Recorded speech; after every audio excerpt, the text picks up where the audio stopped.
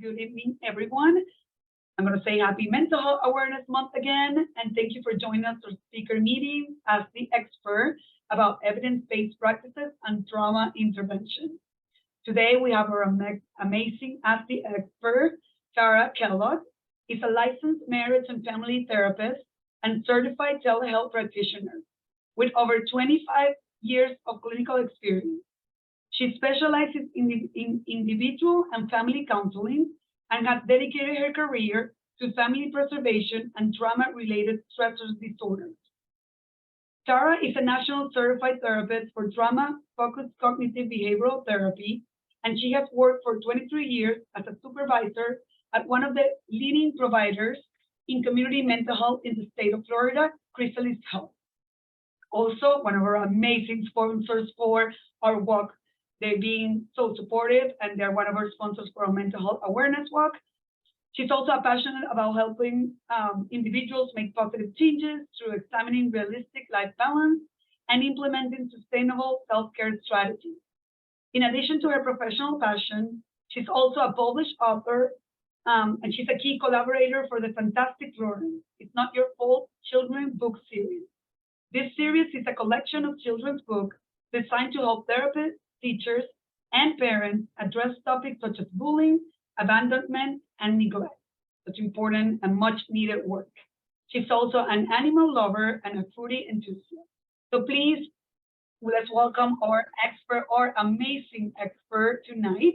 Thank you so much, Tara, for joining us and for being here today, giving us all this amazing information, for your organization, Chrysalis Health, be so supportive of our walk and walking with us on Saturday, May 20 for our mental health awareness walk. We are so lucky to have you. Thank you. Well, thank you very much for having me. Awesome. So this is a presentation that I give often in a little bit more time. So we're going to be shoving a lot of things into a little bit of time. So if you have any questions, we do have a little question at the end, if we can keep them for an end. But what I'm going to do is just give a little presentation about the prevalence of trauma and how to be a trauma informed, and what evidence-based practices that we use at Chrysalis. I also sent a long list of other evidence-based practices that are out there, but it's really important for us to ask the questions when we ourselves are getting services for trauma or referring our children, our friends, our family, as our loved ones, that we are working with therapists that are trauma informed and trauma knowledgeable, because we want to make sure that the correct evidence-based practice is being utilized. So with that, are we ready to start? Okay, awesome. All right, so trauma, we know trauma is actually can be an actual death or an actual injury, or it also can be the threat of something, right? So what it is there's many different traumatic events that can happen in life. And a lot of people go to that automatic, like sexual trauma, domestic violence, physical trauma, which is huge and happens, but we're all seeing a huge prevalence of others traumas coming in. Just recently, our evidence-based practice tool of assessing for PTSD and trauma called the Harbor View changed to a CATS assessment, and they added bullying. We know bullying is a big traumatic event that is happening in lives, racial trauma, community trauma. So as we learn and grow within the mental health field, we are identifying a lot of other areas that can have a traumatic response. Does that mean all these people are going to be diagnosed with PTSD? Absolutely not. But it does mean that that traumatic event is interfering with their level of functioning, right? Which makes it a reason to be able to come in and get support and get services, right? So that interference can be this intense fear, right? Feelings of helplessness, constant horror, attachment issues, right? So there's so many ways that trauma can present. We're noticing a lot of youth and young children who have experienced a traumatic incident come in misdiagnosed, because trauma responses look very much like ADHD, anxiety, a lot of behavioral diagnosis, right? So the first thing I do when I see a child coming in who's so angry, right? Oh, they have impulse control problems. I want to ask and assess for trauma, because we are seeing them misdiagnosed. And I think, why is such a young kid so mad, right? Where is all of this coming from? And most of the time, it is because they have experienced or are in the midst of experiencing traumatic events. Okay, so examples, emotional abuse, right? So emotional abuse is a trauma that is sometimes not as easily seen. And why is that? Kids who have emotional abuse are the ones who are more likely to withdraw, to isolate, to be quiet. And those aren't the kids who are necessarily being identified out in the community or the school or being referred for trauma. Same thing with sexual abuse. We have kids who are sexually reactive, but we also have kids who are being sexually abused and internalize that, right? Domestic violence. Here's a prime example. We have a kid who goes into school, or an adult who goes into work, right? And their first, reaction is aggression, right? So now they're getting labeled as a conduct kid or a behavioral kid or a behavior within the work system, but they could be living with domestic violence or experiencing domestic violence at home. So this is, again, a reactivity to a trauma that's taking place. Physical abuse, especially severe physical abuse, is a little bit more easy to see, right? Because we see our youth or even adults coming in black and blues and making excuses, but that's another one. And like I said, the other ones that are really starting to become more awareness around trauma is the bullying.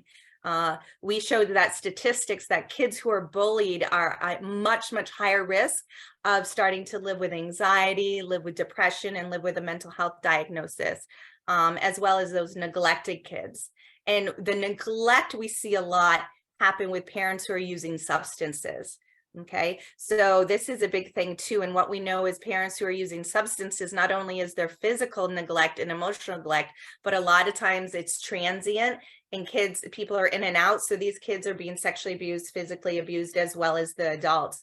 And this is also, I'm not going to get into it a lot today because it's a whole different presentation, but the human trafficking that we're seeing happening, especially, I know you guys are in Dade, but also Broward County has one of the highest rates of human trafficking in the United States right now.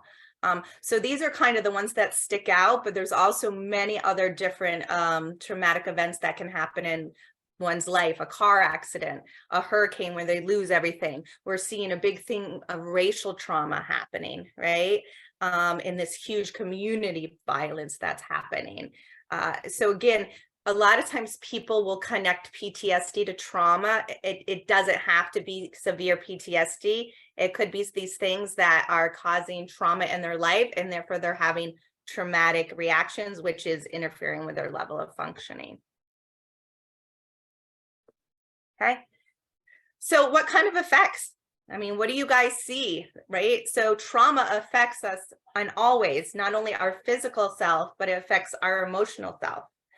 So example of physical self, people kind of start having high stress levels. Stress can cause what?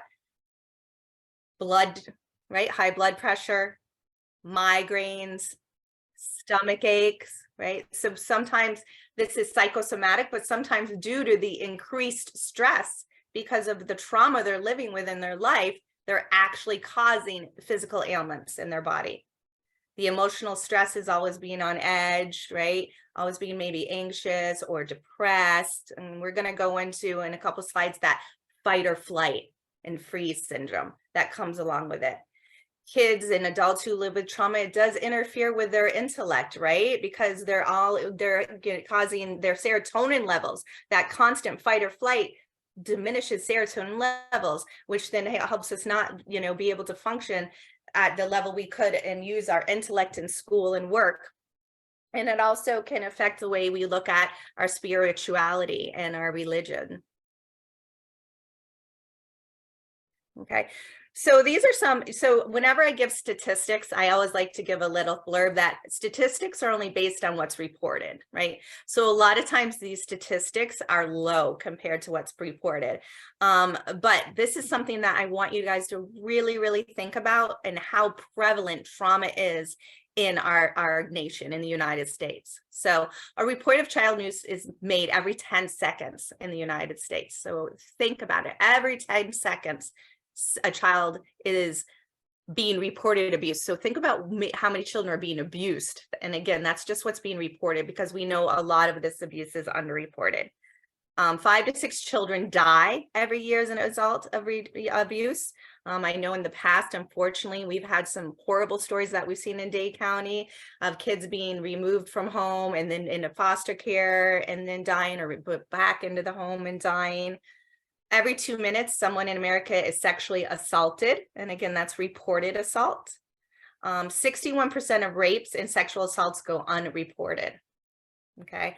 And because of the stigma, right? And it's getting better, but still there's that stigma and that cognitive distortion of, was it my fault? There's the shame around it. So we're still seeing a lot of rapes and sexual abuse victims not report their assault to police. Unfortunately, too, and I see this more often than I like, is not all are not even close to all of our police and our trauma informed, right? This would be something I would love to give to police officers and to staff that go in, because they sometimes make things worse than better, unfortunately, because they don't have that trauma informed. Yeah, these numbers are horrible, and unfortunately, I think they're probably higher than what I'm presenting now. 1 in 5 female high school students report being physically or sexually abused by a dating partner. So this is the theme, and there's a huge thing about consent, and this gets super, super touchy with everything that's going on right now. So I'm not going to even go there, but I've had many conversations with female and male clients where they feel like, oh, I gave consent, which, you know, consent in the state of Florida is 18, but let's say you have 2 16-year-olds who are consenting to have intercourse because they're in a relationship, but then they change their mind and say, I don't want to, but then one or the other partner forces it on them. That's rape, and they don't understand that, right? So this is just the female people that are actually reporting it. And again, a lot of our youth don't even understand or know that that is considered rape or sexual assault. Every 9 seconds, a woman is beaten in the United States. There's not a lot of statistics around men, but we know that men are also survivors of domestic violence. There is a lack of report because, again, more stigma and ego around that. But men are beaten not just as much, but men are beaten in domestic violent relationships the same as women are. 4 million American women experience a serious assault by an intimate partner in an average of 12 months. So those of us who are educated with the domestic violence in the wheel, right? The wheel of abuse. So a lot of these individuals are very charming, are very loving, are very embracing, and then it takes almost a year, and then that's when the domestic violence starts happening. 1 in every 4 children in the United States, since around 28 million, are living in a home with an alcoholic adult. So like I said earlier, this is where we see a lot of different types of traumas happening because of the neglect, because of them not being present, because they're using and passing out, and they have people in and out of the home. What's really scary too, that I don't have any statistics, but just working in the largest community mental health agency right now in the state of Florida, we're seeing tons of kids as young as 7 who are coming in and have tried marijuana and have drank either with their older siblings or with their even parents sometimes. And this is really scary too, because that's just opening the door for more trauma, as we know. And specifically, again, really putting our youth at risk of getting involved in gangs or sex trafficking. Also a little bit more, 1 in 3 women and 4 in 3 men in the United States experience rape. So again, that physical violence, long history of stalking, intimate partner. Unfortunately, too, a lot of times we see with traumatic events that we empower our clients to be able to go and get restraining orders, but restraining orders a lot of times are just a piece of paper. So this is where what's really important, and what we do with our clients is we do safety planning, right? So even if a restraining order is in place, how can we help you stay safe? What does that look like? And for children who also are witnessing that domestic violence happening, is there a neighbor you can go to? Is there a phone you can hide? Is there copies of, documents you can keep and money? Because we never know to what extent this is going to happen. So our goal obviously is always to try to keep our clients, adults, children, and everybody safe. Nearly 80% of female offenders with mental illness also have a physically or sexually abused. So we know that adults and children with mental health diagnosis are considered vulnerable, right? And so our vulnerable youth and our vulnerable adults are at much higher risk of being exposed to trauma and experiencing traumatic events. This goes into our maltreatment, and this is a huge statistic, and I use this all the time. And most of my trainings, no matter what it might be on, 93%. So 93% of clients who come into a community mental health realm like Chrysalis, right, have experienced trauma.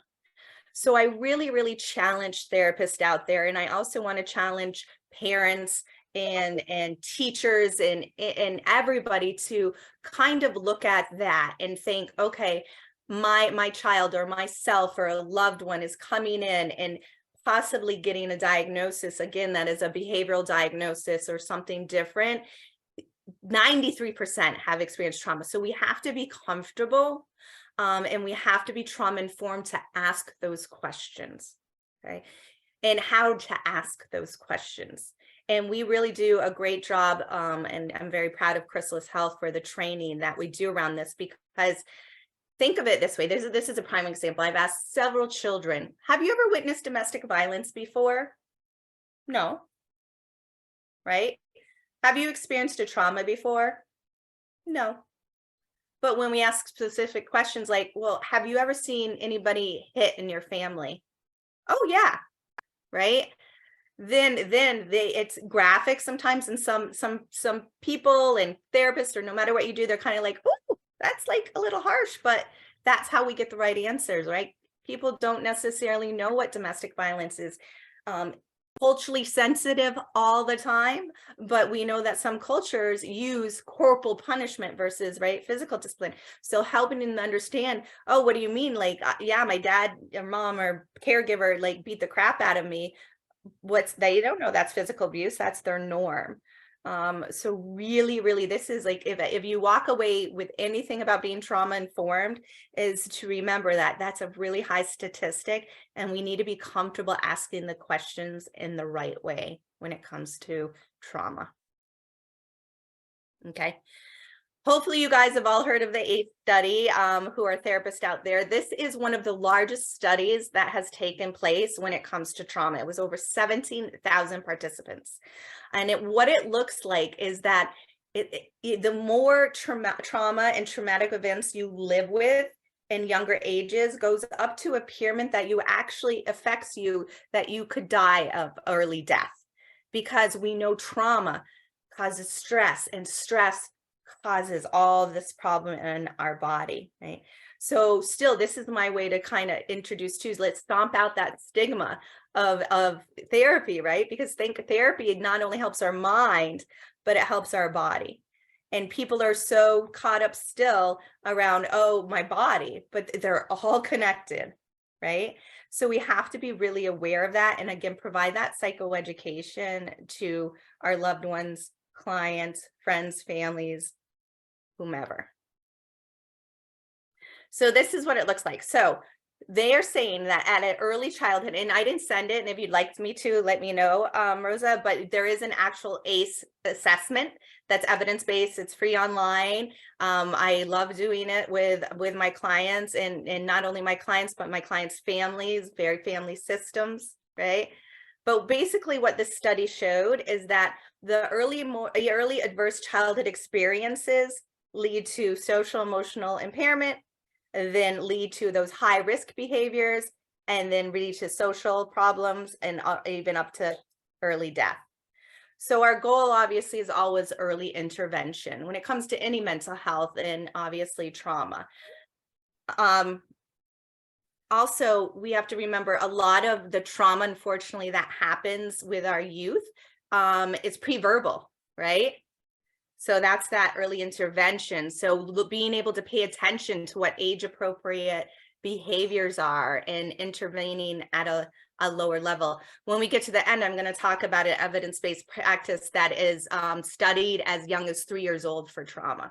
So our goal is obviously to intervene at the earliest level we are able to and that we're aware of. So what we know is that trauma activates our survival mode. Okay, so all human beings have survival mode, right? And that survival mode is your basic fight, flight, or freeze. Right now, everybody needs survival mode. We need a little survival in our life. We need a little anxiety. We need that to know, like, if somebody was running toward us or a car was coming toward us, we want to be able to jump out of the way, right? But when we are constantly activated in that constant fight, flight, or freeze, which people who live with significant trauma are, we are always activated, right? We're in that constant fight or flight, fight or flight, fight or flight. And I can't say it any better than this little clip I want to show with you. Her name's Dr. Berg, and she was part of the ACE study. And she talks about how this constant activation due to living with trauma and traumatic experience can take over not only our emotional, but our physical well-being. In the mid-90s, the CDC and Kaiser Permanente discovered an exposure that dramatically increased the risk for 7 out of 10 of the leading causes of death in the United States. In high doses, it affects brain development, the immune system, hormonal systems, and even the way our DNA is read and transcribed. Folks who are exposed in very high doses have triple the lifetime risk of heart disease and lung cancer, and a 20-year difference in life expectancy. And yet doctors today are not trained in routine screening or treatment. Now, the exposure I'm talking about is not a pesticide or packaging chemical. It's childhood trauma. Okay, what kind of trauma am I talking about here? I'm not talking about failing a test or losing a basketball game. I am talking about threats that are so severe or pervasive that they literally get under our skin and change our physiology. Things like abuse or neglect, or growing up with a parent who struggles with mental illness or substance dependence. Now, for a long time, I viewed these things in the way I was trained to view them, either as a social problem, refer to social services, or as a mental health problem, refer to mental health services. And then something happened to make me rethink my entire approach. When I finished my residency, I wanted to go someplace where I felt really needed, someplace where I could make a difference. So I came to work for California Pacific Medical Center, one of the best private hospitals in Northern California. And together, we opened a clinic in Bayview, Hunters Point, one of the poorest, most underserved neighborhoods in San Francisco. Now, prior to that point, there had been only one pediatrician in all of Bayview to serve more than 10,000 children. So we hung a shingle and we were able to provide top quality care regardless of ability to pay. It was so cool. We targeted the typical health disparities, access to care, immunization rates, asthma hospitalization rates, and we hit all of our numbers. We felt very proud of ourselves. But then I started noticing a disturbing trend. A lot of kids were being referred to me for ADHD, or attention deficit hyperactivity disorder. But when I actually did a thorough history and physical, what I found was that for most of my patients, I couldn't make a diagnosis of ADHD. Most of the kids I was seeing had experienced such severe trauma that it felt like something else was going on. Somehow I was missing something important. Now, before I did my residency, I did a master's degree in public health. And one of the things that they teach you in public health school is that if you're a doctor and you see 100 kids that all drink from the same well, and 98 of them develop diarrhea, you can go ahead and write that prescription for dose after dose after dose of antibiotics, or you can walk over and say, what the hell is in this well? So I began reading everything that I could get my hands on about how exposure to adversity affects the developing brains and bodies of children. And then one day, my colleague walked into my office and he said, Dr. Burke, have you seen this? In his hand was a copy of a research study called the Adverse Childhood Experiences Study. That day changed my clinical practice and ultimately my career. The Adverse Childhood Experiences Study is something that everybody needs to know about.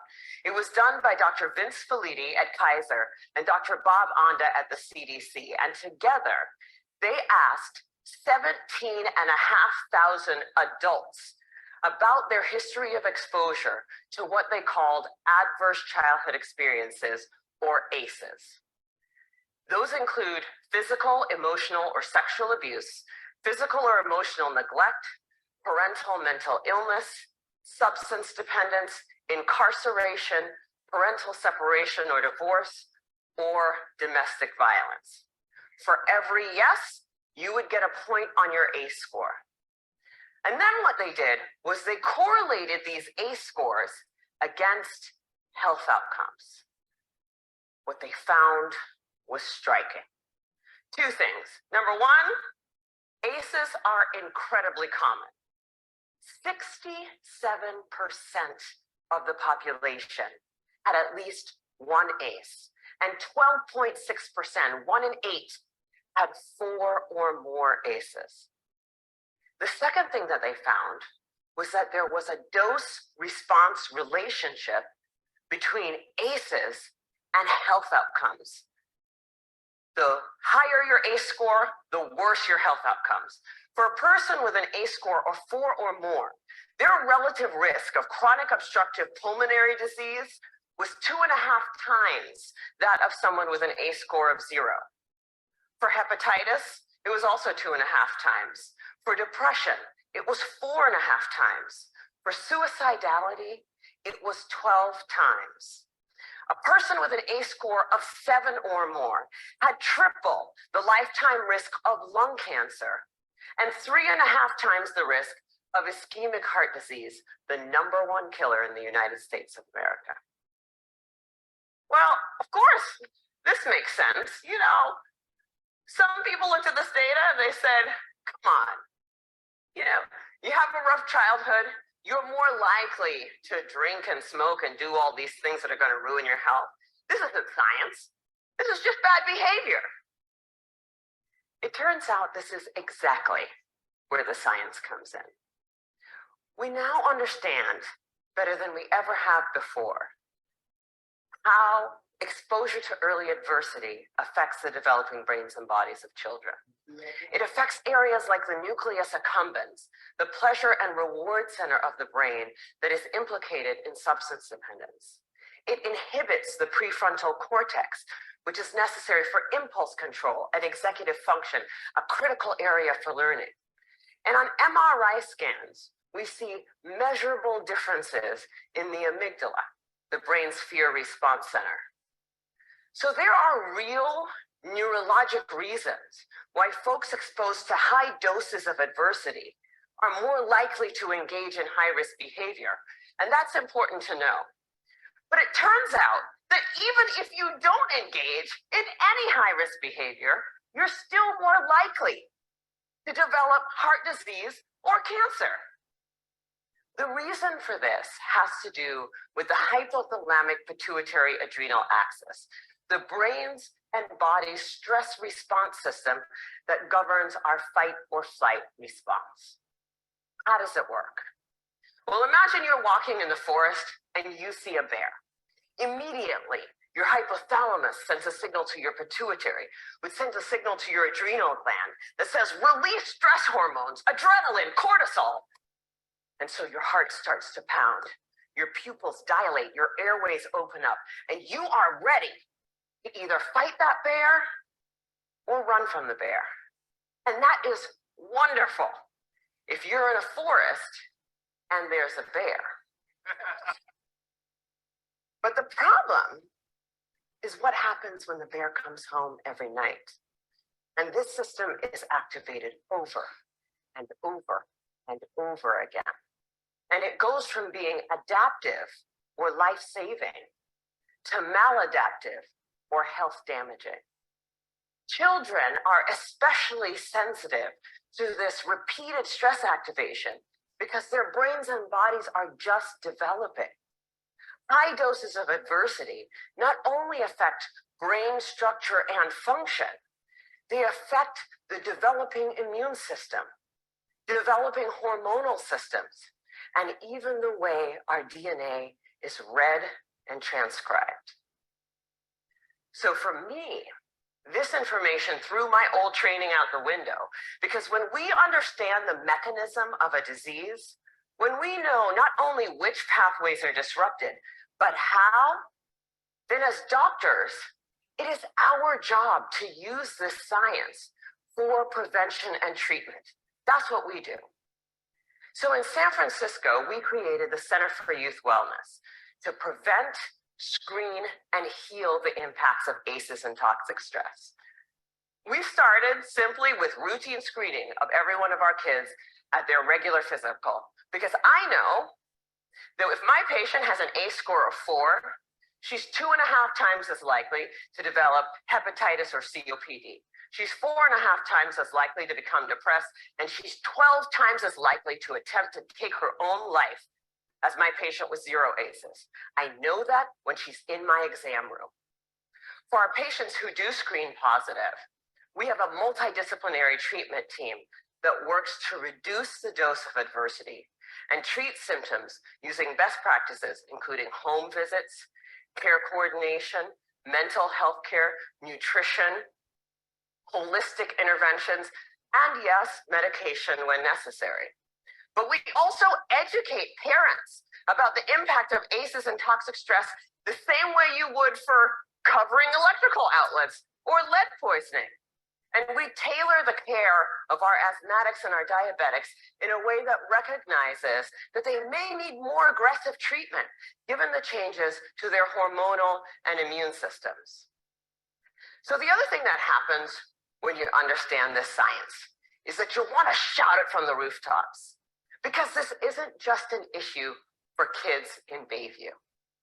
I figured the minute that everybody else heard about this, it would be routine screening, multidisciplinary treatment teams, and it would be a race to the most effective clinical treatment protocols. Yeah, that did not happen. And that was a huge learning for me. What I had thought of as simply best clinical practice, I now understand to be a movement. In the words of Dr. Robert Block, the former president of the American Academy of Pediatrics, adverse childhood experiences are the single greatest unaddressed public health threat facing our nation today. And for a lot of people, that's a terrifying prospect. The scope and scale of the problem seems so large that it feels overwhelming to think about how we might approach it. But for me, that's actually where the hope lies. Because when we have the right framework, when we recognize this to be a public health crisis, then we can begin to use the right toolkit to come up with solutions. From tobacco to lead poisoning to HIV/AIDS, the United States actually has quite a strong track record with addressing public health problems. But replicating those successes with ACEs and toxic stress is going to take determination and commitment. And when I look at what our nation's response has been so far, I wonder, Why haven't we taken this more seriously? You know, at first, I thought that we marginalize the issue because it doesn't apply to us, right? That's an issue for those kids in those neighborhoods, which is weird because the data doesn't bear that out. The original ACEs study was done in a population that was 70% Caucasian, 70% college educated. But then, the more I talk to folks, I'm beginning to think that maybe I had it completely backwards. If I were to ask how many people in this room grew up with a family member who suffered from mental illness, I bet a few hands would go up. And then if I were to ask how many folks had a parent who maybe drank too much, or who really believed that if you spare the rod, you spoil the child, I bet a few more hands would go up.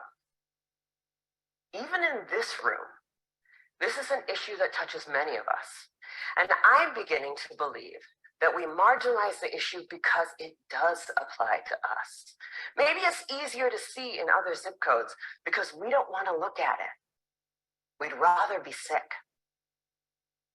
Fortunately, scientific advances and frankly, economic realities make that option less viable every day. The science is clear. Early adversity dramatically affects health across a lifetime. Today, we are beginning to understand how to interrupt the progression from early adversity to disease and early death. And 30 years from now, the child who has a high ACE score and whose behavioral symptoms go unrecognized, whose asthma management is not connected, and who goes on to develop high blood pressure and early heart disease or cancer will be just as anomalous as a 6-month mortality from HIV/AIDS. People will look at that situation and say, what the heck happened there? This is treatable. This is beatable. The single most important thing that we need today is the courage to look this problem in the face and say, this is real, and this is all of us. I believe that we are the movement. Thank you. So if that's not trauma-informed, what is, right? I mean, that I love that video. And like I said, I couldn't say it more beautifully. And this, again, can help us to educate ourselves, to educate others, the importance of stomping out that stigma of mental health and how mental health in physical health are not, you know, on their own. They are together, and it is very prevalent. I love the favorite part of that is the bear, right? Like, think about that. So not our kids, our families walking into fear of domestic violence, fear of being sexually abused, fear of being physically abused, all this fight, flight, or freeze. They're constant. How is that not physically affecting you? And that's when it becomes a trauma response and interferes with our level of functioning on a daily basis.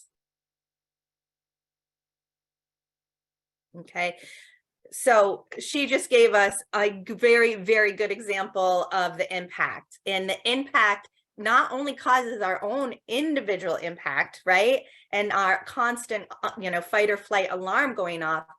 Think about us as parents and teachers and everybody. People can feel that energy, right? Can feel that anxiety and can feel that emotional, physical response to stress. And that can be contagious in a negative way, right? And then what happens is people numb. And numbing is something that I talk about in trauma all the time, because people cannot selectively numb. What happens is we numb the bad out, then we numb the good out, right? So you cannot selectively numb. And I talk about this a lot with my therapist that I supervise, because vicarious trauma and secondary trauma, if you start numbing, you can start doing harm, and we can't have this, right? But that numbing, that avoidance is something we see all the time, especially as a trauma response and people living with trauma, because otherwise, how do they survive?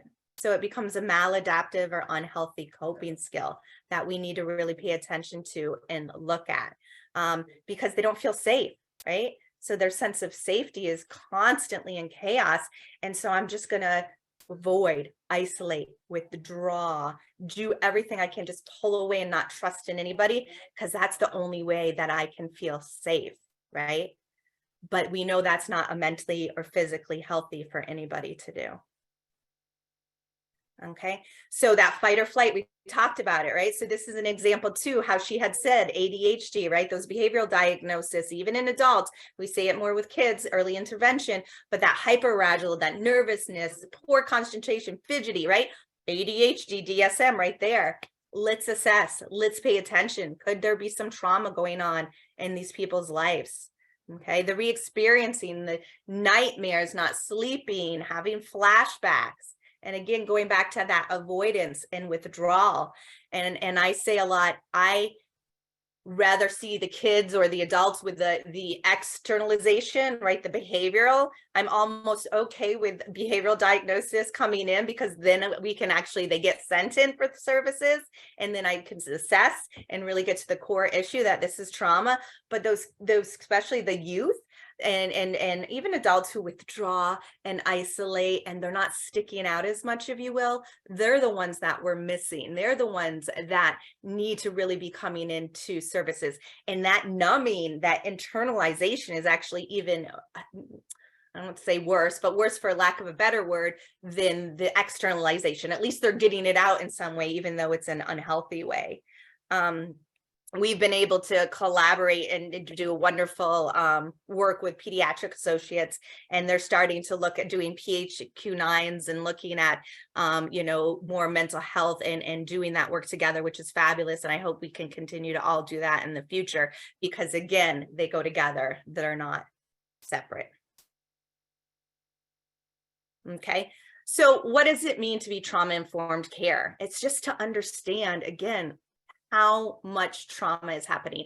And that clip by Dr. Burke was pre-COVID, right? And I don't know about everybody here, but since COVID, we have seen a huge increase in people living with anxiety, living with depression, having traumatic events happening, right? There's been such a huge need for therapy and services in quality care, because also, unfortunately, there's been some platforms that pop up here and there that we're seeing that we're not necessarily getting the quality of care, and definitely not the trauma-informed care that is so essential while working with people who live with trauma. Okay, so we don't want to re-victimize. We want to be comfortable and again have those conversations and help them to feel safe and let them know this is a safe place to talk about this, right? Help them to replace those unhealthy coping skills with healthy coping skills. We call making meaning of trauma in therapy. We can't change that a traumatic event happened to you or that you have lived with trauma, but what can we learn from it? How can we move forward through it? How can we process it? How can we take power back? Right. And that's that kind of idea of that survival and of being a living. I don't know if you guys noticed, but I'm very attuned to language, and I say living with diagnosis, right? We're living with it. And how do we live with it the best way we can? Because a lot of times we can't erase, right? We can't erase that happen, but we can live and learn how to live healthy and happily. Right. So just basic principles, just being aware, right? Showing respect. Part of being trauma informed is sometimes people who live with mental health take things out on you. And I have to, I do this little iceberg activity that I didn't do today because I didn't, for time purposes, but I look at the top of the iceberg and people see, oh, they're being rude, they're being mean, they're yelling, they're aggressive, they're this, they're that, all these negative things on the top. But when you look at the bottom of the iceberg, they're living with domestic violence, they're living with physical abuse, they're victims of assault, rape, what have you, right? So keeping that in mind, and just like with anybody, just always maintaining respect. Go slow and take your time to get to know what the core issue is and what is really going on with these people.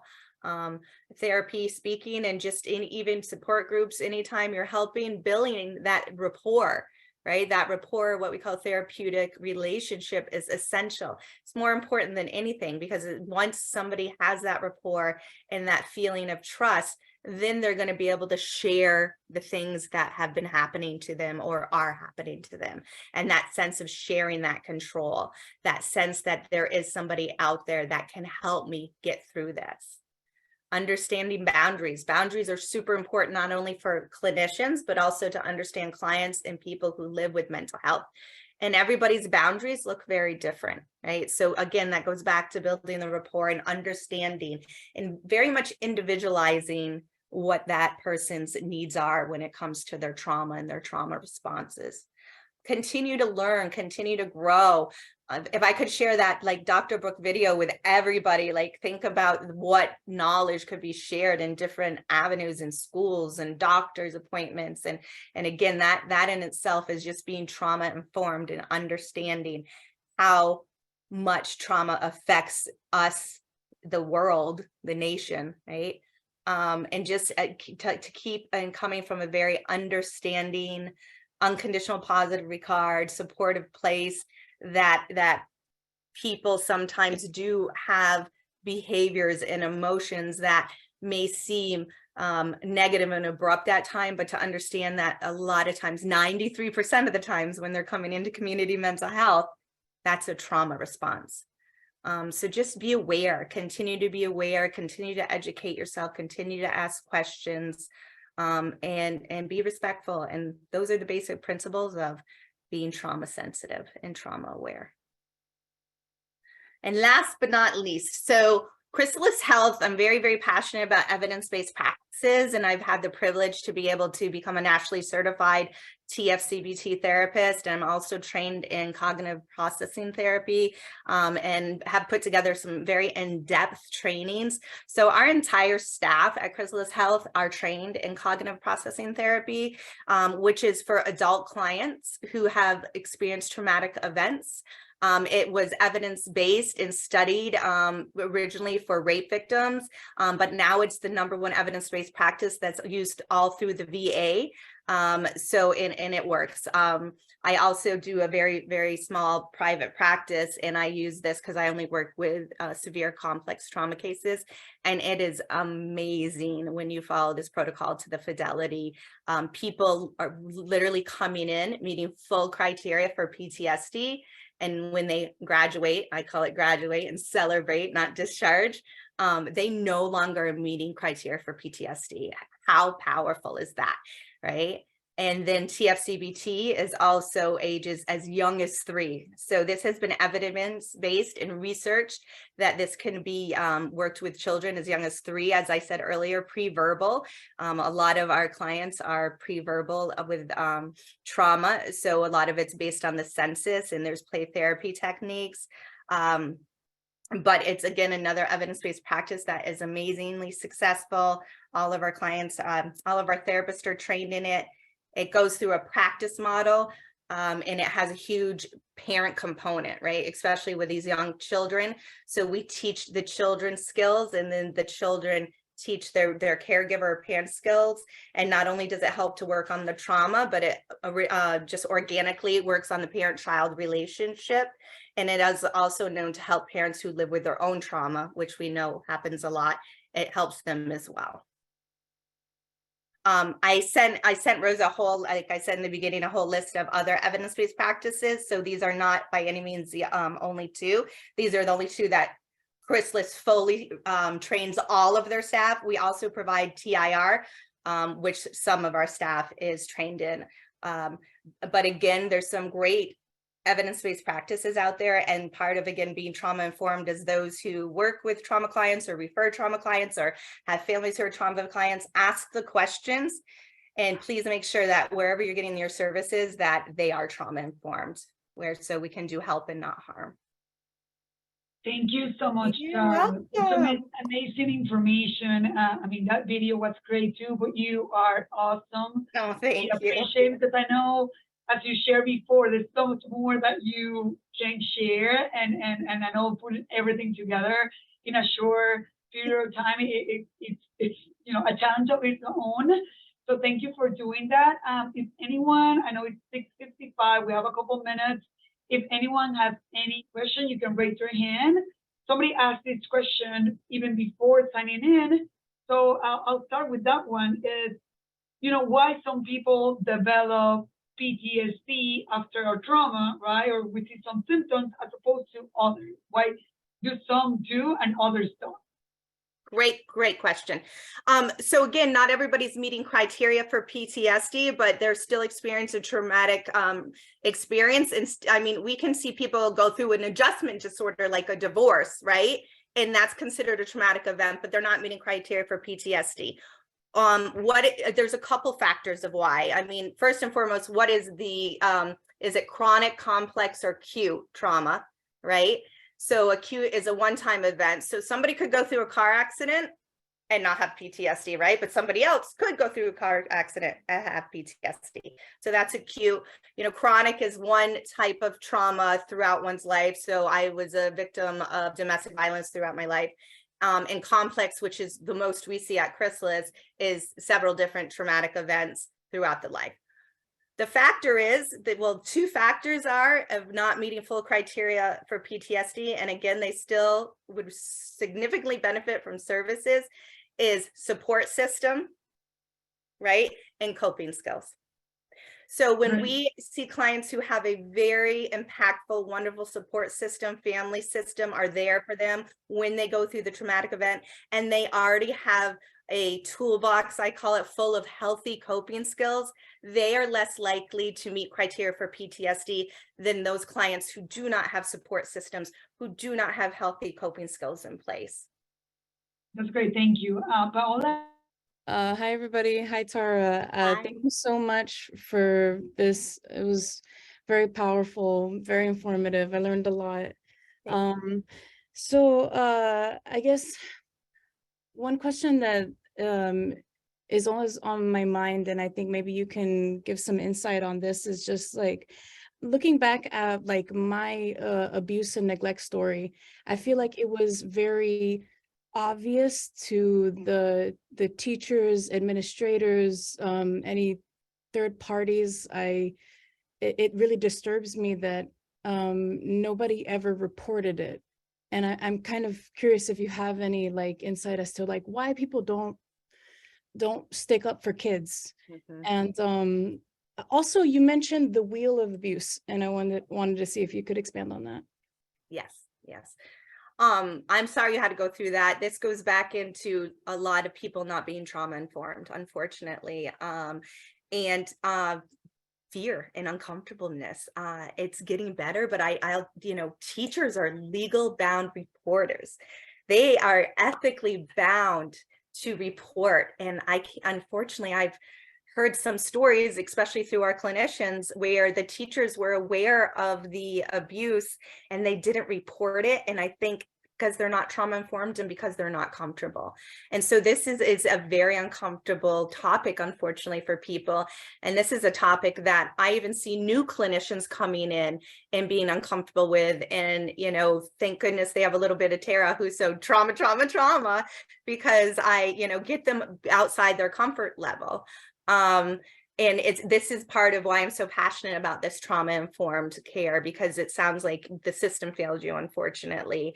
And that's why we have to just kind of continue to be in these platforms and share and educate people about this.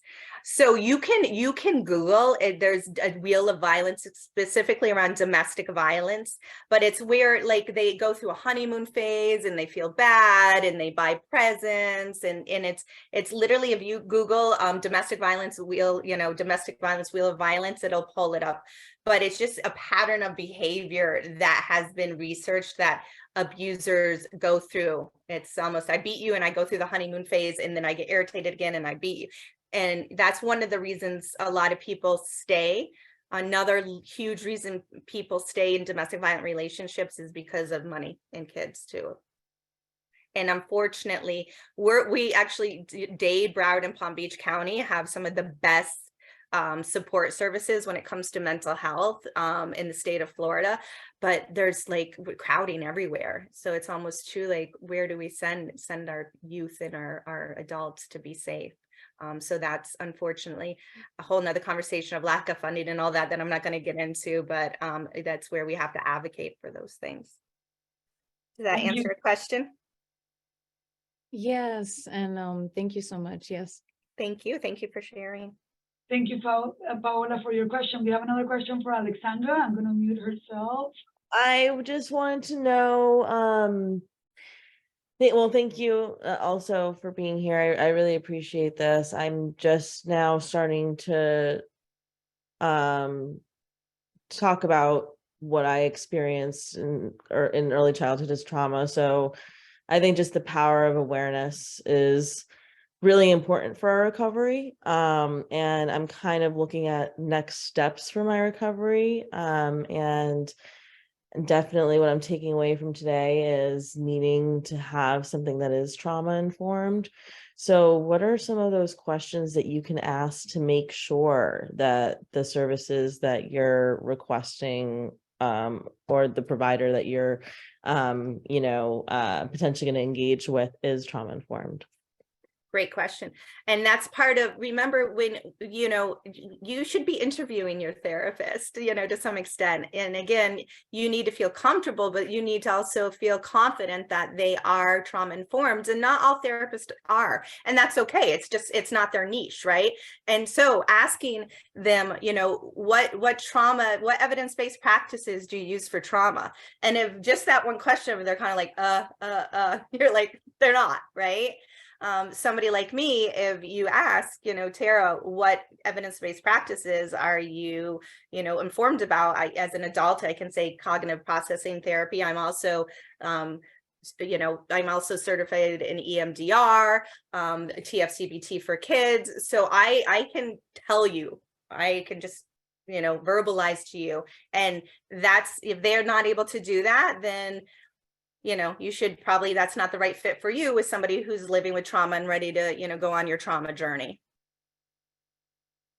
Great. And can I ask you one more question? Of course. Might be a little bit loaded, but I'm trying to figure it out for myself. So essentially, living with your abusers, and even you mentioned early on kind of this concept of denial that the abuse even happened.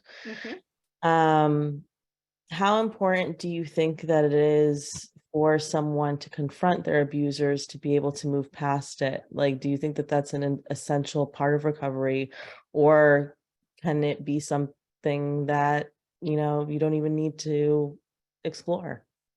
I think that's very individualized to that person. There are some people who are very, very passionate and very much want to have a conversation with the perpetrators and the abusers. There are other ways about it. I've worked with clients who have written letters and sent them, and written letters and not sent them. So I would not say yes, nay, hey. I would say that's very individualized, which I also love. Trauma should be very individualized. So I am going to, as a trauma-informed therapist, discuss that with you and explore what you want your journey to look like and what you think you would get the benefit out of. But I can't say that people in the work, and I'm going on 30 years of doing this work, people that have confronted their abusers versus not, they're not any better or worse, right? It hasn't been an impact saying yes or no. It's just been an impact to them individually because it's something they felt that they wanted to do. Okay, thank you so much. You're welcome. So Tara, one last question. I know we went over and knew this was going to happen. We're going to talk about this before. It's such an important topic, and we're so grateful that you're here. So we have a question in the chat. It says, where can we go to obtain training for CPT? What organization or who can we go for training in this modality? Okay. Yeah. So I got trained. We were Broward County, actually, through Children's Service Council. I had a wonderful training years ago. So I've been trained. I've had to do my recertification. A good start. So I'll tell you, a good start is TFCBT Web 2.0. and CPT Web 2.0 are online trainings that you can take to just get an idea of what it looks like. The certification process is very intense. You have to be licensed. You have to be have consult calls for a year, and you have to show that you had to be certified within the state of Florida. You have to show 3 successful cases. To be certified nationally, like myself, I had to show 5 successful cases from start to finish. But if you want to educate yourself and just get some like psychoeducation of what that looks like, those the CPT, so cognitive processing therapy 2.0 and TFCBT 2.0 is the founders actually created those, and you can, I think they're $35. It's very, very cost effective to take. Thank you. Thank you. I want to thank again everyone for taking their time. I also want to mention, as you know, NAMI Miami is the National Alliance of Mental Illness. We do offer free support groups for anyone with a mental health condition, mental health struggle, for themselves or for their families, friends, and caregivers. We also have educational programs for anyone with a mental health condition, mental health struggle. We don't have for anything. They're completely free. We don't need a diagnosis either. And then also for family and friends. If you want to find out more, you can visit our website. I'll make sure that I put that on the chat. And then also, I'm going to put in the chat for our walk coming up, to register for our walk. Saturday, May 20 at 8 a.m. Registration starts at 8, from 8 a.m. to 8:45. We would love to see you there. You can create a team. You can register yourself. And again, you know, Dr. Berg said something in her video that I think it kind of summarized everything. This is real. When we talk about mental health, we all have mental health, the same as physical health, and all of us can make a difference. When we talk about mental health, when we're able to have these spaces, right, to ask questions, to educate ourselves, to learn more, then we are all going to be able to achieve better mental health and be there for our community. So I thank you again. I'll put our website here as well. If you want to visit our website to find out about our support groups, educational programs. And if you want to also, we have a QPR, suicide awareness training coming up tomorrow. Also put that on our chat as well. You can register for that. I appreciate you taking your time on a Monday, especially Tara. Thank you so much.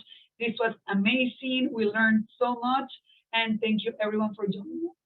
And thank you, NAMI, for having us. This is a prime example of collaboration and care and empowerment. We can work with people individually, and we always refer to NAMI for support groups and aftercare planning. So thank you. Thank you. Thank you. Have a great evening, everyone. Everybody, be well.